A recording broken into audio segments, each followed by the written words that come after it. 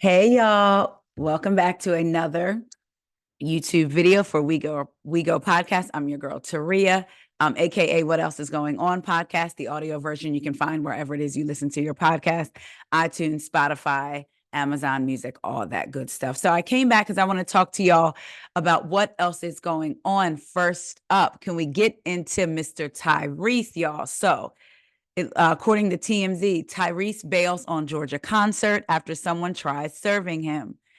Tyrese's legal woes appear to be following him wherever he goes, but he dodged a bullet out in Georgia this past weekend, bailing on a concert after someone tried serving him. A video making the rounds online shows the singer serenading a crowd at the Stockbridge Amphitheater a couple of days ago when a security guard attendant appears to whisper something in his ear while he's in the midst of performing. I'm going to show y'all just a little piece of that video so y'all can see it. Y'all, it was crazy. Hold on. So I'm going to show it. So here we go. I'm starting in the middle of it. You get the security walk. Now watch this, y'all. He grabbed the mic.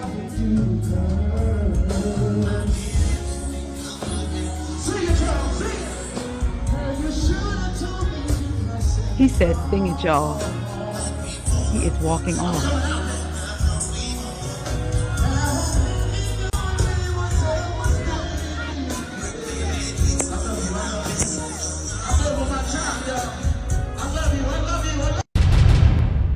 Y'all, he said, "I love you, I love you, I love you," and was gone. So y'all can see Tyrese walking out. So the article says Tyrese keeps singing for a bit before abruptly jumping down from the stage and booking it up the side steps towards the exit, telling the crowd he loves them and continuing to sing.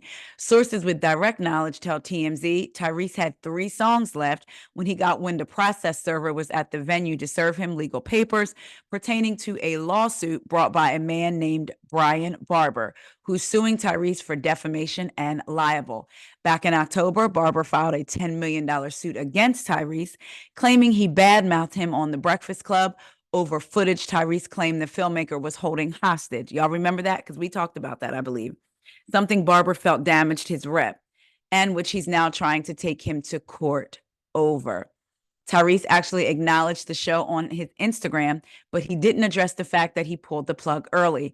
Instead, he just mentioned the fact that his show was dedicated to his late mother, Priscilla, whom he shouted out for Mother's Day.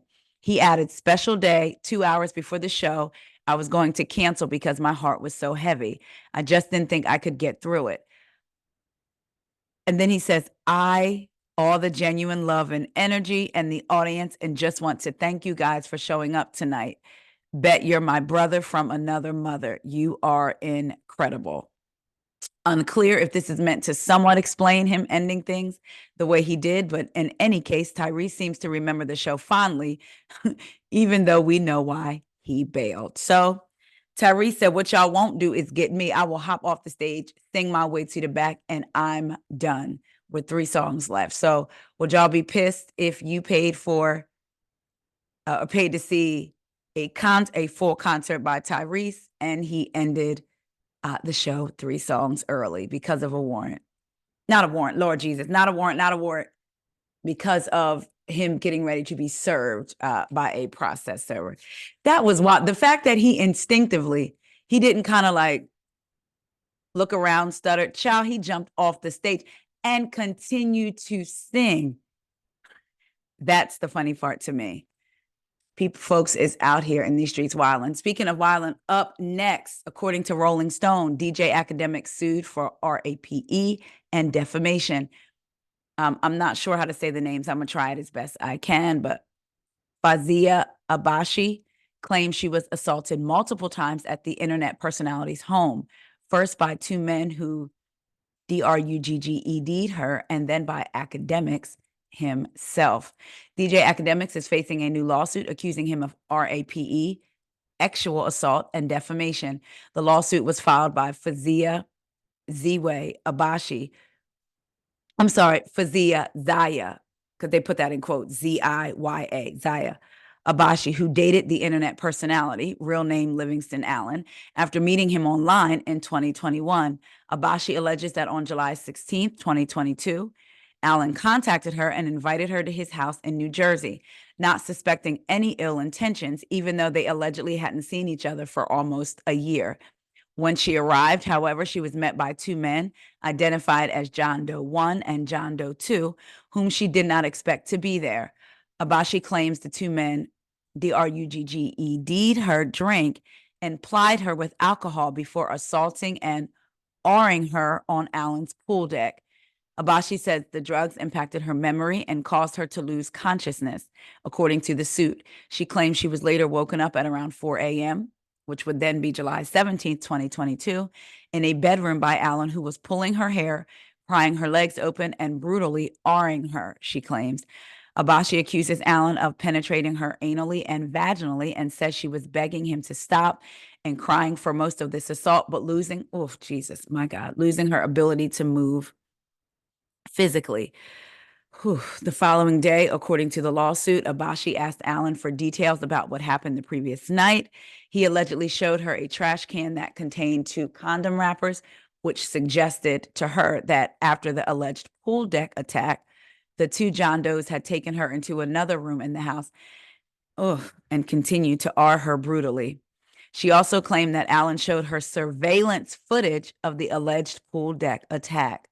According to Ms. Abashi, as she watched the video, she looked like she was just lying there lifeless, which did not sit right with her, the suit reads. According to text messages included in the lawsuit, later that day on July 17th, Allen told Allen, who is, again, DJ Akademiks, that's his last name, his name, Lawrence Allen, told her to get tested and said he would do the same. Abashi said she found the statement odd, and the suit argues that the text was proof that Allen, who had not slept with Ms. Abashi for over a year, engaged in unprotected sexual intercourse with her that night. Allen did not reply to a request for comment to this article. After contacting her lawyer for advice, she went to the police. The authorities first told her to visit a hospital for an R kit, which she did. The kit purportedly led to the discovery of traces of Allen's sperm, she claims. Abashi then spoke with the authorities in person, and photographs were taken of bruises on her arm, back, buttocks, and legs. She also sat for a recorded wire call with Allen, during which she claimed Allen graphically recounted and admitted to having sexual intercourse, with her, even going so far as to describe her vagina. This led to cops to obtain a warrant for the surveillance footage and other evidence. Abashi later claimed that Allen, who I'm saying again is DJ Akademiks, that's his last name, disposed of several items, bed sheets, etc., at the dumpster near his office. Presumably, Mr. Allen was attempting to destroy the evidence of Ms. Abashi's RAPE. Despite taking her allegations to the police, Abashi chose silence per the lawsuit and ostensibly not to press charges. Her decision to bring the lawsuit comes after the allegations were brought to light at the end of 2023, after both she and Allen addressed the incident on social media. He denied assaulting her, and in a December 30th, 2023 video, claimed he was asleep at his home while the 2 John Does allegedly assaulted her on the pool deck. Acknowledging the surveillance footage of the alleged attack, Allen said she was getting trained by my 2 men on the pool deck. She was getting trained, like a train run on her. She was getting trained by my 2 men on the pool deck. The suit alleges Allen defamed Abashi by accusing her of voluntarily having an orgy with his friends at his home while maintaining that he never participated at all. The suit goes on to allege that Allen knew his statements in the video were misleading and false, as he was in possession of text messages from Ms. Abashi, where she stated that she did not know what happened to her on July 16th, 2022, and that it was Mr. Allen who informed her of the night's events. In a statement, Abashi said, "I'm confident that justice will prevail and the veil will be removed so no other woman will have to endure what I did." Her lawyer, Tyrone Blackburn, which we know has been a lawyer on a lot of high-profile cases, added, "Litigation is always the last resort. After several unsuccessful attempts to privately resolve this case, Ms. Abashi was left no choice other than to file Mr. Allen's hubris will be his downfall. Ooh, Lord have mercy. If this is true, I hope that he and the other men get every single thing they deserve, period. To have to suffer through this, and then for him to be online saying she was getting trained by my two mans on the pool deck. Yeah, I hope he gets everything that's coming to him. Shout out to Miss Abashi and prayers to her and everything going on with this case. Again, this is all alleged. Suit has been filed. But if this in fact is true, again, I hope he gets everything, him and the other two guys, that he deserves.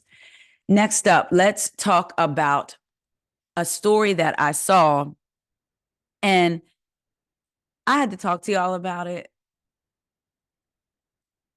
I'm going to just read it to y'all, and then y'all tell me. So this was on Love B. Scott. Say what now? Alabama driver ordered to say sorry or face jail for telling officer. Now, y'all know I don't get your behind out of the way. Reginald Burks, 39, of Skipperville, faces the choice of apologizing to the officer who pulled him over or going to jail for up to 30 days. Reginald Burks doesn't want to say, I'm sorry. Sure, the 39-year-old father, an aircraft mechanic, said some harsh things to the officer who pulled him over. But even now, almost 6 months later, Burks said he had the right to speak his mind. Court officials in the small town of Ozark in southeast Alabama don't agree. Ozark Municipal Court Judge Nicholas Bull ordered Burks to apologize in writing to the officer, either that or face 10 to 30 days in jail. What am I going to do? Oh, then Burks says, what am I going to do? I'm going to jail.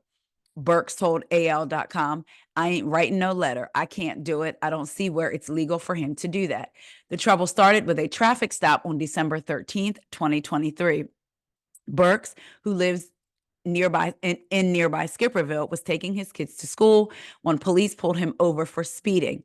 The officer said his radar gun was broken, so he used cruise control to estimate the speed. Burks said, you can do that? The cruise control in your car, right? Or did he tell him to get out and let me see what your cruise control is set to? And I told him he was full of crap because there's no way he clocked my speed by cruise control, Burks said. Things went downhill from there. The officer gave Burks the ticket and then stood in front of his car. Burks said, forcing him to drive. I'm sorry, let me go back. Things went downhill from there. The officer gave Burks the ticket and then stood in front of his car, Burks said, forcing the driver to have to back up and go around him. So he couldn't just pull out, he had to back up. I said, get your out of the way so I can take my kids to school, Burks said. My daughter's like, Daddy, you cursed. And I said, I'm sorry, boo. One law professor at the University of Alabama said the case might seem trivial, but it raises big questions about judicial power. In addition to fines and jail time, judges can tell defendants not to contact victims or visit certain businesses, said Jenny Carroll, a professor of criminal law. Some judges have taken that flexibility a bit further, including one in Texas who ordered ex-offenders to post signs in their front yards about their criminal convictions. He faced criticism for imposing punishments beyond sentencing guidelines or state law. In this case, Carroll said threatening Burks with up to 30 days in jail doesn't seem to fit the crime. I think it is one of those judicial orders that is sufficiently questionable that we ought to say, is it really proportional to give a 30-day sentence if he won't say he's sorry? That's a long time for what he allegedly said. And my guess is we would stop most adults on the street and they would admit that in a moment of frustration, they said something that may be regrettable, but doesn't deserve a 30-day sentence. Burks initially received a ticket for speeding, but he was not charged with disorderly conduct or any other wrongdoing related to his interaction with the officer. He has friends and family who work as police officers, and they advised him not to challenge the ticket, he said. But see, that's the thing. Oh, I see what he's saying. He initially received a ticket for speeding, but he was not charged with disorderly conduct for telling the officer to get his behind out of the way. And I guess maybe he was going to challenge the speeding ticket because the officer didn't have a radar gun but used cruise control. and his friends and or family who work as police officers told him not to challenge the ticket. That just so sucks though, because how did you clock me using cruise control? Or if any officers or anybody who knows anything about this are listening, can you tell me, is that a thing?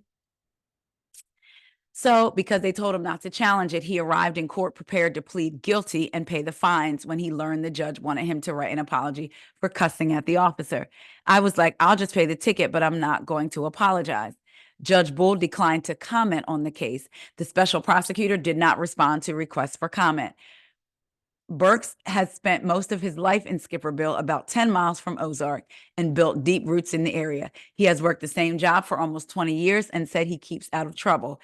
A review of court records show that Burks has been ticketed for several traffic offenses over the years.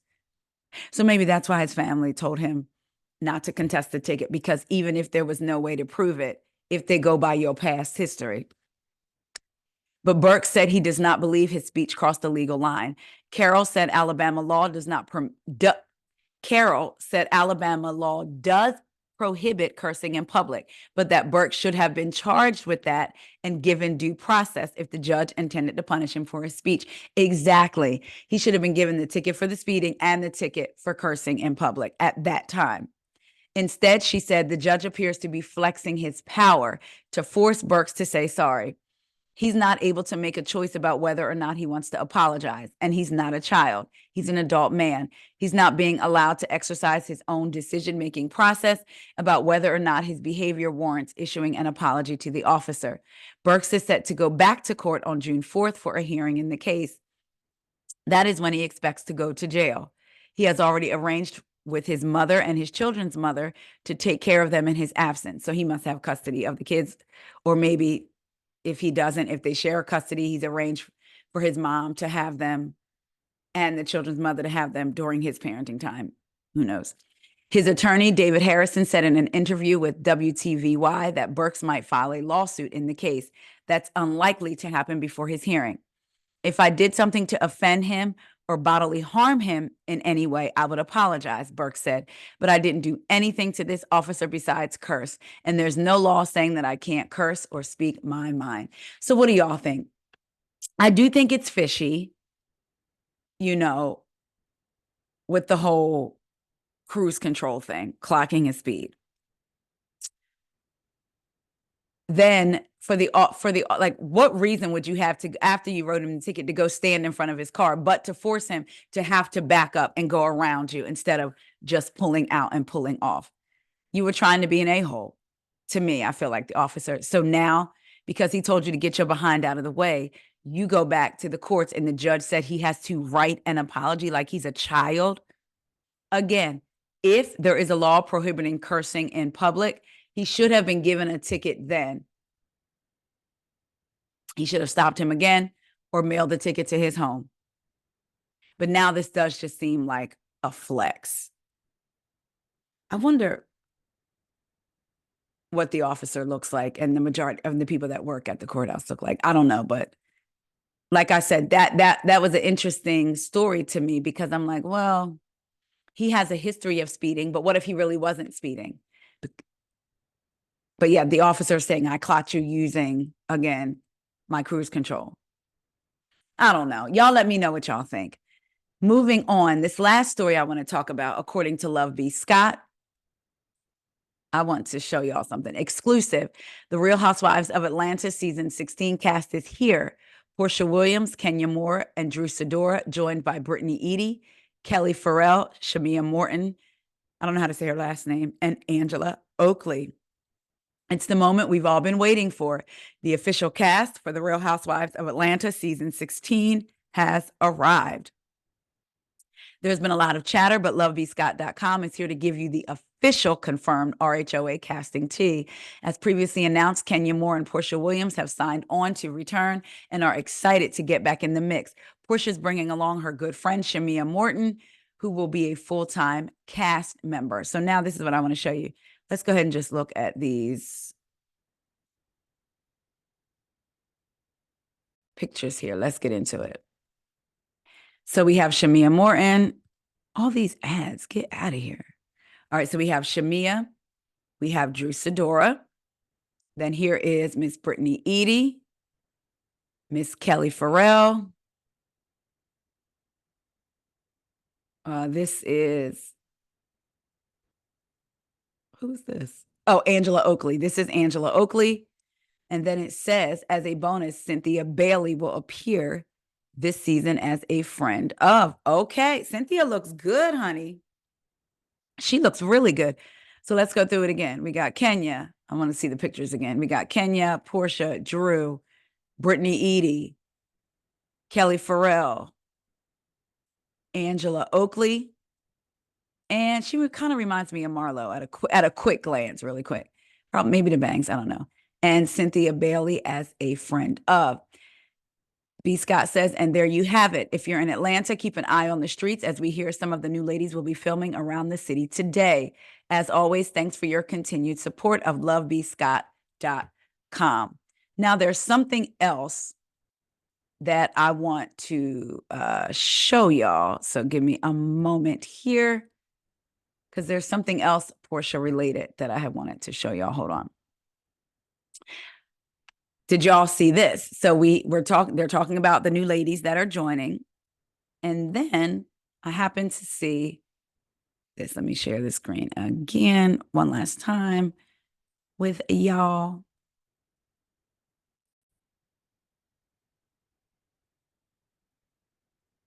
Of everybody here, and I wanted to come out, party with y'all, enjoy this beautiful weather.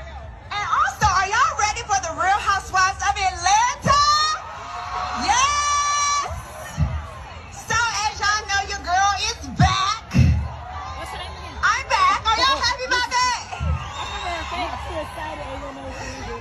Okay, so I don't know if I'm ready, y'all. Like, y'all think I'm ready? Like, you think? Baby, they're gonna be coming for me, you know what I'm saying? But I'm finna get it together, because y'all, we about to start filming, y'all. We about to start filming this week. Ah! So that's some tea for y'all. This is my city. I love everybody here, and I wanted to come out, party with y'all, enjoy this beautiful weather. And also, are y'all ready for the Real Housewives of Atlanta? All right, so we already heard all of that. So she was out somewhere in Atlanta, and she went to party with her city, let the people know she was coming back. And then she said, they're going to be coming for me, y'all. Because I saw reports saying Porsha says newbies are coming for her, but they haven't started filming yet. They don't start, because she even said they're going to start filming soon. B. Scott said they're going to start filming soon. So how do you know that the ladies are going to be coming for you already?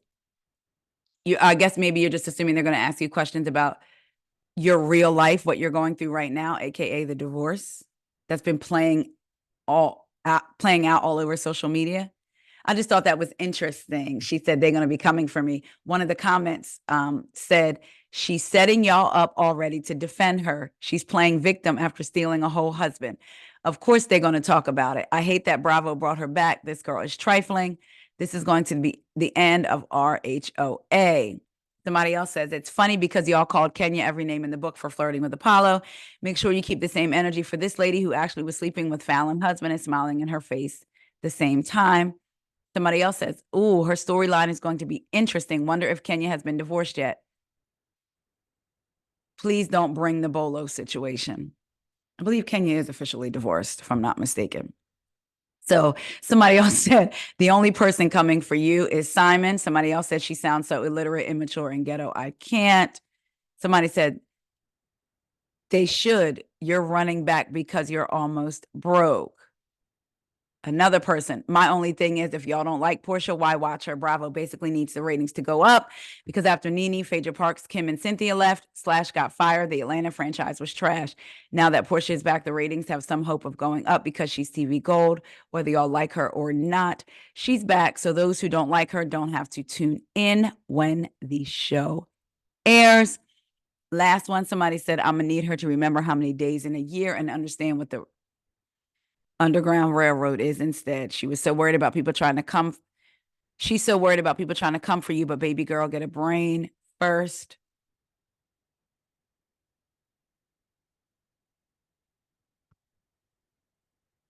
Okay. That's what some of the people have to say about that. So yeah, I just thought that was interesting that she's already calling out that they're going to be coming for her when they haven't started filming yet. I mean, listen, she has done this for years, so maybe in her house, maybe she's in tune, aka she knows how this works. And of course, they're going to be asking her questions. And by the way, people asking you questions about what's going on in your life when you're filming a reality show is not coming for you. It's making a show, right? It's following your reality, right? But I did that one person really, I think, hit the nail on the head. She's already setting y'all up to defend her. So did y'all catch in the video when the as Porsha was talking to lady said, who is that? Her face seems familiar. Or what's her name? Her face seems familiar. I was like, oh, okay. They might be maybe a younger generation. Are y'all ready for Atlanta now that we got the cast? Are y'all ready? Are y'all done with them leaking casting information, showing pictures, videos like this, and you just want them to get to filming like RHOP? I know I'm ready for it. Like, come on, if y'all gonna do this, just do this. I'm sick of all these little teasers. Remember, before we used to never hear anything really about Atlanta, and now every week it was this person's reportedly joining, this person's reportedly joining. So we shall see. So y'all let me know what y'all think about this video, and Porsha letting us know the newbies, or she didn't even say newbies. She said they're going to be coming for her. Y'all let me know what y'all think about that. Let me know what y'all think about the story of the man who the judge said, you need to write an apology to that officer because you told him to get his behind out of the way. What do y'all think about the DJ Akademiks story? Tyrese running up off stage saying, not today, Satan, not today, neck, and not today, ankles. You won't be serving me. All right, y'all. I will talk to y'all later. See ya.